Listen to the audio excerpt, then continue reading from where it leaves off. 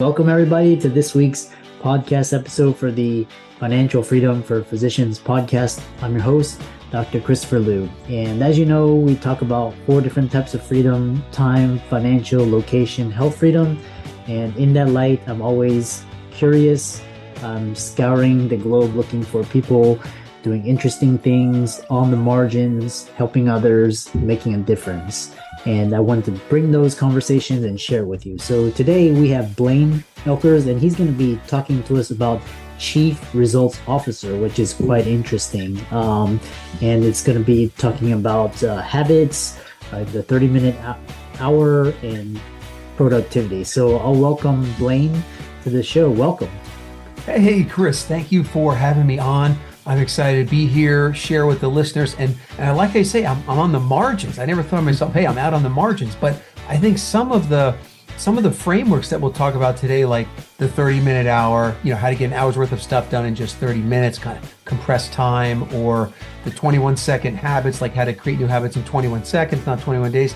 Maybe some of those things are a little bit on the margin. So happy to be here, and also thankful for you for being kind of a beacon of financial literacy, but also helping people kind of up level. So I appreciate you. These podcasts are a lot of work, and so thank you for all the work you put into these things. Oh yeah. So tell us more about yourself, your background, what you do, and we'll get started. Yeah. So I had a couple of moments of dawning comprehension where kind of the light bulb goes off over your head and you're never quite the same. And so I was born in New Jersey and had a good, nice upbringing in high school and all that. But when I went to college, I went to Purdue University and studied computer science there. And that's where I had my first kind of moment of dawning comprehension. And I had sent away, I saw this ad, and I've kind of been, maybe like most of the listeners, a seeker of knowledge. How can I do better, be better?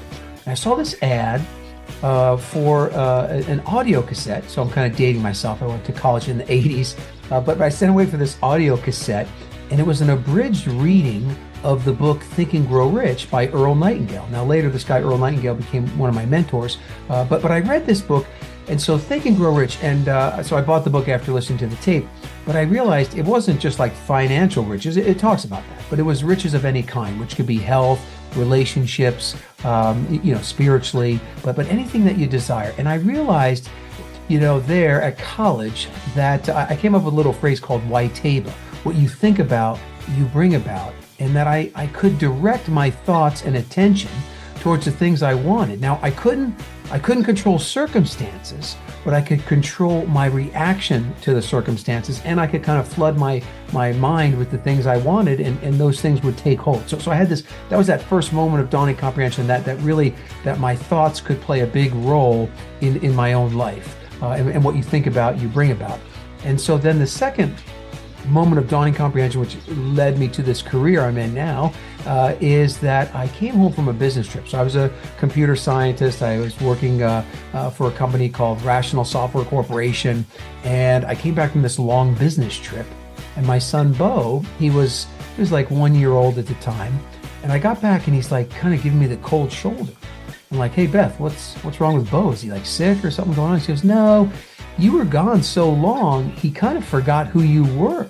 And I was like, whoa, that kind of hit me like emotionally pretty hard. And so that night, I had this moment of dawning comprehension, and I made this, what I call clarifying decision, that no matter what I had to do, I was going to become a work from home dad, that I wasn't going to let that moment ever happen to me again. And so it did take me a year, but I started a couple of companies.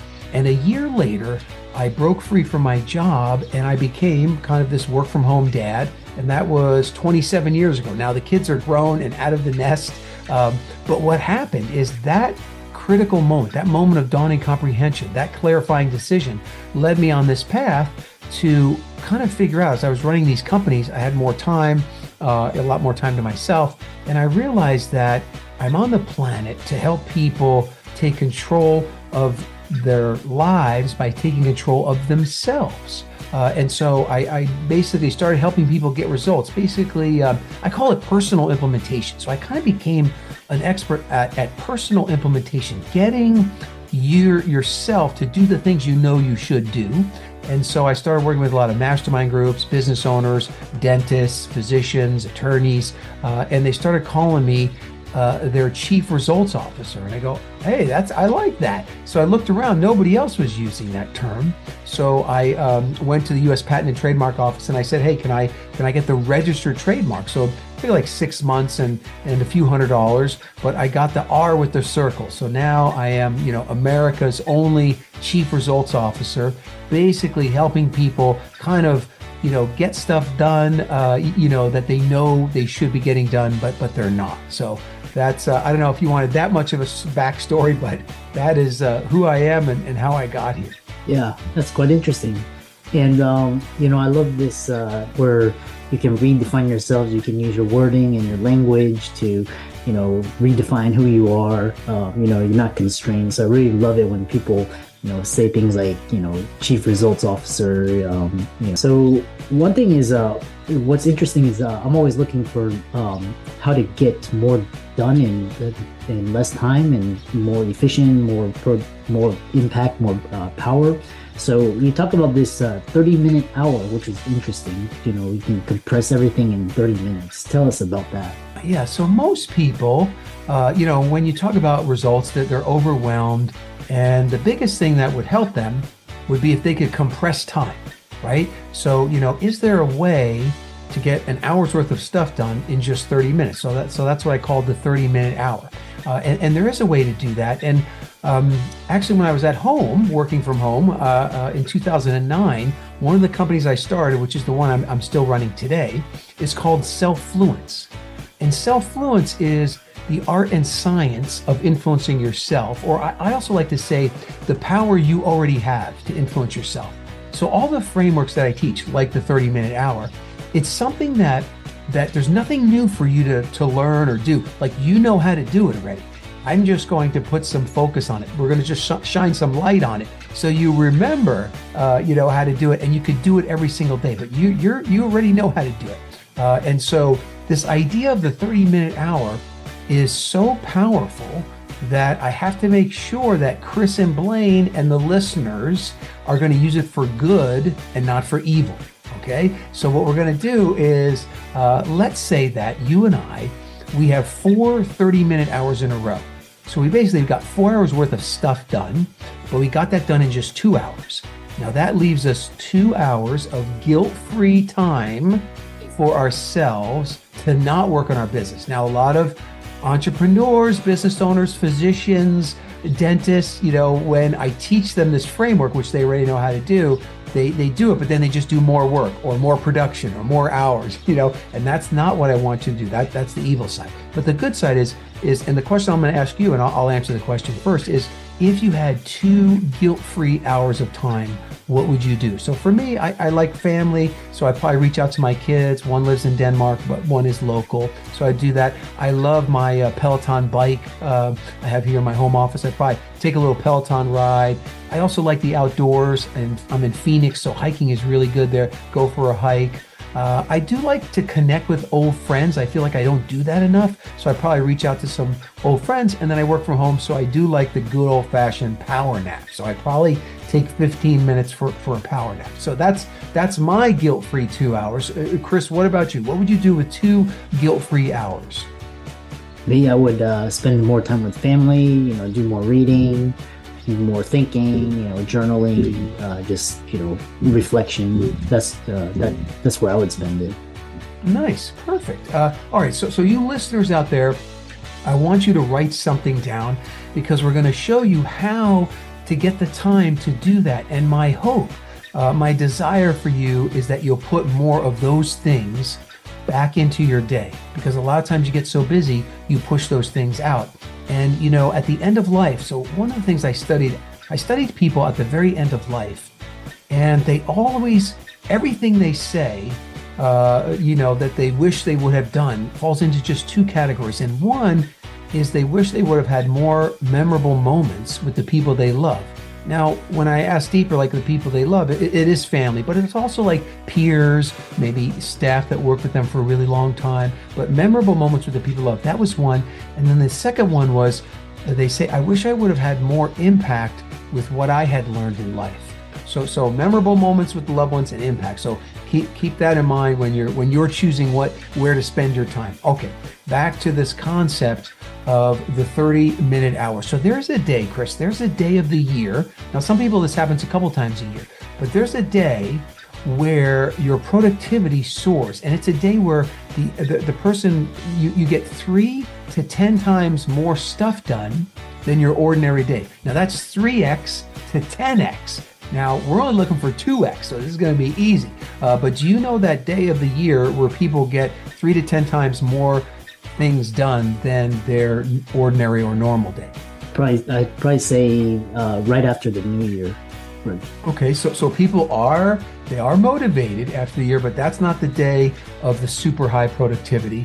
And so I'm going to share with you, and this is going to be very self-evident, and you're going to realize that you have the ability to have 30-minute hours every single day, not on just this day, but actually that day where people are 3 to 10 times more effective and have more productivity than an ordinary day is actually the day before vacation. Okay, so think about that. The day before vacation, people are 3 to 10 times more productive than any other day of the year, right? And so what I did is I studied the day before vacation and people do what they do on the day before vacation. And so I whittled it down to just 3 things, and I created a little acronym called PDF. Now I named it PDF because that's easy to remember. People say, hey, email me the PDF or print out the PDF, right? So it's an easy acronym. So when you think of the 30-minute hour, think day before vacation, and then think PDF. Now PDF stands for plan, delegate, focus. And what I want to do is I want to unpack each one of those. Plan, delegate, focus. I want to unpack each one of those so that you can put that back into your day, your ordinary day, and have these 30-minute hours. So when you think about planning, so on the day before vacation, people tend to plan that day out, plan it out, sometimes down to the minute, if not at least down to the hour. So you can start to have, some 30-minute hours if you'll just do what I call NDP, next day planning. So never let a day end without planning the next one.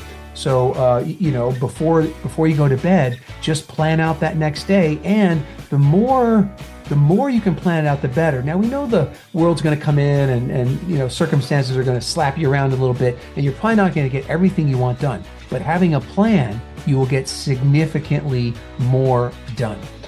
Then if you look at the day before vacation, people wake up 30 to 60 minutes earlier than their normal day. So that if you want a 30-minute hour for the first hour, just wake up 30 minutes early. Not to say you want to do that every day, but that's one, that's one method. The other thing about the planning is that on the day before vacation, if you think back, you had a very clear vision of this stuff has to get done, right?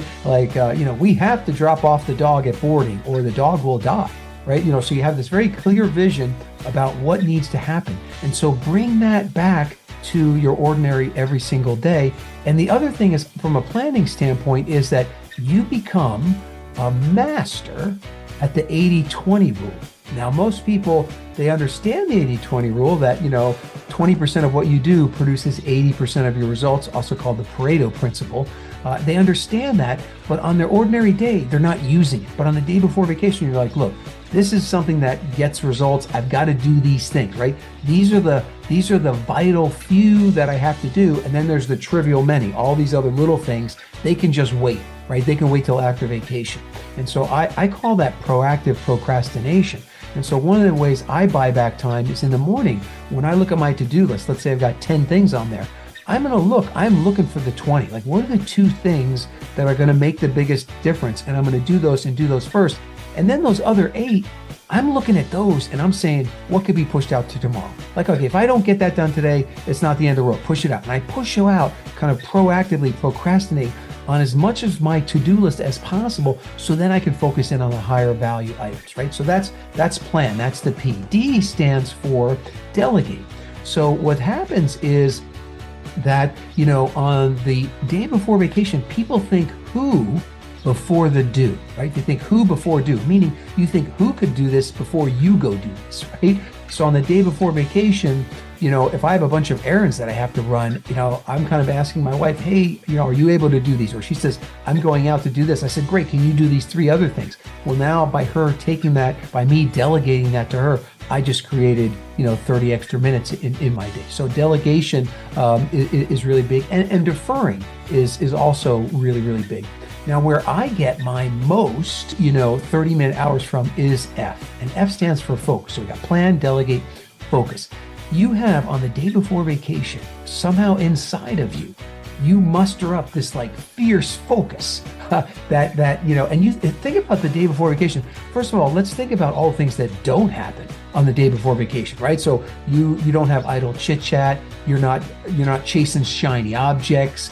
You're not going on the internet surfing around. You're not lost in social media. You're not lost in news media. You're not involved in long conversations. You're like on task, on point, right? So that's because you have this fierce focus. And so bring that back, into kind of your ordinary day. Now, the great thing that happens on the day before vacation is that, let's see, do you remember or do you know of the very first James Bond movie? You know, it was in 1963. I've watched them, but I don't recall which was the first one. Okay, so the very first movie, James Bond, 1963, was a movie called Dr. No. And the reason I bring that up is because on the day before vacation, that word is used 10 to 20 times more than it is on an ordinary day. So people are like, hey, Blaine, can you do this? Blaine, can you do this? No, I'm going on vacation. I can't accept your stuff, right?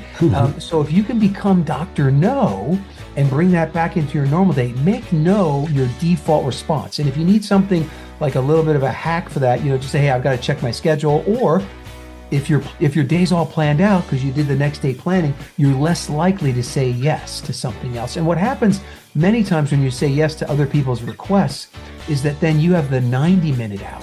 Now, the 90-minute hour is when someone asks for an hour of your time and it takes 90 minutes. So you lose time. Or someone says, oh, could I just have 10 minutes of your time? And it takes 20 or 30, right? So using that power of no, make that your default response. That'll help you.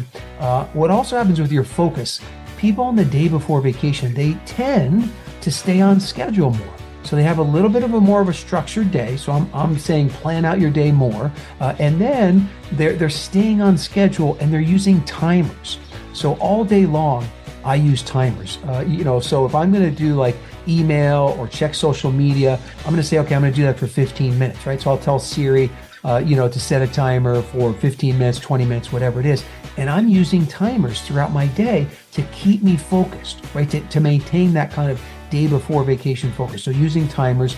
And then where I personally get the most 30-minute hours is that on the day before vacation, people become tasking masters. I mean, this is a thing of beauty, the amount of things that you get done through tasking. Now, tasking, there's 3 types of tasking. There's single tasking, multitasking, and batch tasking.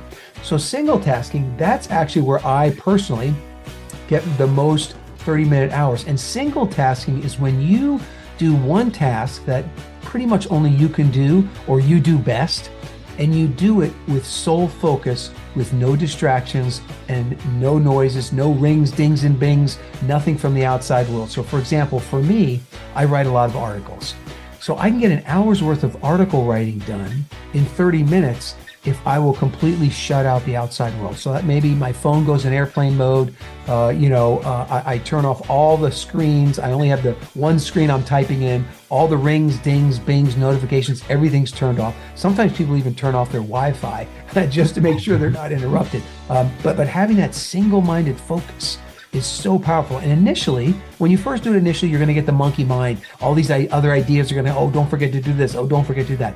Just have a piece of paper there, write that stuff down, put it to the side, and get right back to your focus, your single focus thing that you're working on. And what'll happen is over time, your mind, instead of kind of being the lantern all over the place with the light, it'll be like the laser, and you get better and better at this single focus mode. So I can get a lot done, and every day I do this deep work. I do this deep work kind of single focus time. Every single day it's my favorite time of the day, and I get the most done kind of in the shortest amount of time. So that's single tasking. Now, the second one, multitasking, gets a bad rap sometimes, but it's when you can do two things at the same time without sacrificing the quality of either one, right? So like, I like to batch is the next one, the last one. I like to batch up my phone calls and do them when I'm out driving around and running errands, or I'm out in the car, right? So like I can drive a car, and with a hands-free phone, I can talk on the phone and drive the car and do both of those things, with high quality, right? I can ride the Peloton and listen to Chris's podcast. I can do both those things at high quality. I like a synergy. Another multitask is I love exercise and I love my family. So we taught the family to play tennis. So if we go out and do 30 minutes of tennis, I got the exercise and the family time in, right? So really like an hour's worth of stuff just in 30 minutes. So looking for that synergy. And then the last one is batch tasking. And batch tasking is where you just batch things together, right? So day before vacation, you have 3 errands. You're not going to run an errand, come back, run an errand. No, you go out and you batch them, you run them all together. Anything you batch will get done faster. If you batch phone calls, you're going to be more productive. If you batch your computer work, if you batch, checking emails, you can even batch interruptions. And so what happens on the day before vacation, I noticed that people, especially if they're in a work environment, they would batch their interruptions. And what they would do is they said, look, I'm coming in, I'm starting at 8 o'clock. From 8 to 11, I'm going to be in single tasking mode. Don't come in here. Don't. I'm not here. Let me get my work done. And then at 11, I'll come out of the office, and then let's do 20 minutes. And you guys ask me any questions you had for the whole morning, right? So they kind of almost like an office hours concept, but they batched all the interruptions, into that 20-minute period. My wife and I, we used to text each other during the day a lot, and now we use a shared note on our iPhones where you can put stuff in there, both of us can see it, but it doesn't have a ring, ding, bing in your face kind of a thing. So that's a kind of single tasking, multitasking, and batch tasking.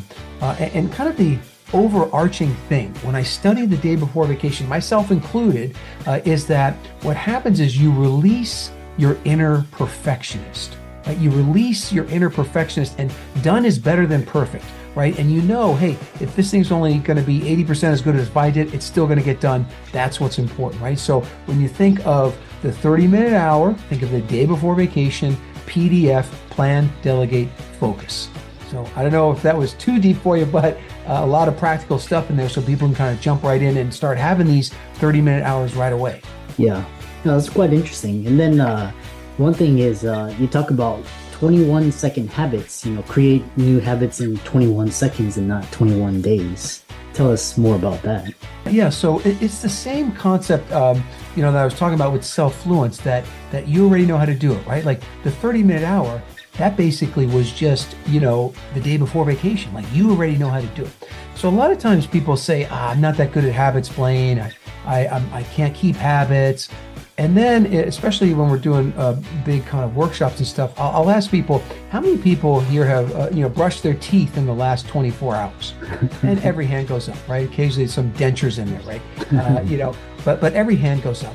And then I said, well, how long have you had that habit? Of brushing your teeth at least once a day. And it's decades for many people, right?